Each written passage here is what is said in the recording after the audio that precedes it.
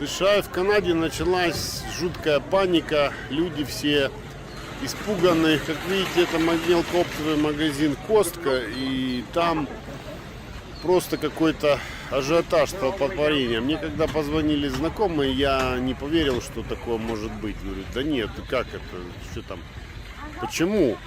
И вот полюбуйтесь, какая очередь, чтобы зайти в магазин. Люди стоят часами, и в Америке очереди хуже, чем в СССР в десятки раз.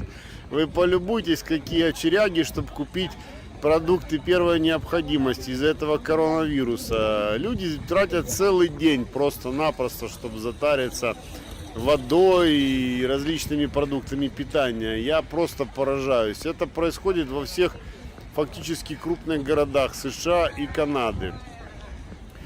Ой-ой-ой-ой-ой-ой, ну посмотрите, какие люди, они просто испуганные. Посмотрите на эту очередь, она тянется просто-напросто километры, чтобы просто зайти в магазин и купить себе покушать. У меня просто нет слов, ребята.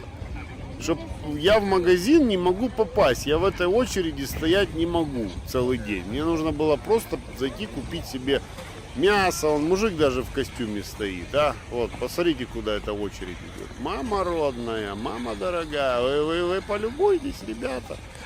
Вы такое видели вообще? Я не знаю, как можно в этой очереди стоять, Как можно в этой очереди стоять? Это в мавзолее Ленина посмотреть такая очередь была, и то меньше. Ой-ой-ой-ой-ой-ой-ой-ой-ой-ой. Ой-ой-ой-ой-ой-ой-ой-ой-ой.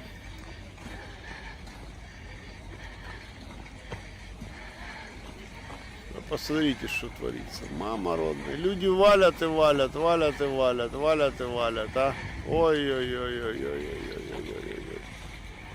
Мама родная, посмотрите. Километровая очередь зайти в магазин за продуктами питания. Панику развеяли на ровном месте. Я вообще не понимаю. В одном городе это вспыхнуло, телевидение показало, и теперь в каждом городе вот такие вот очереди зайти в магазин. Но это нормальное явление, скажите мне, пожалуйста. Мама родная, мама родная.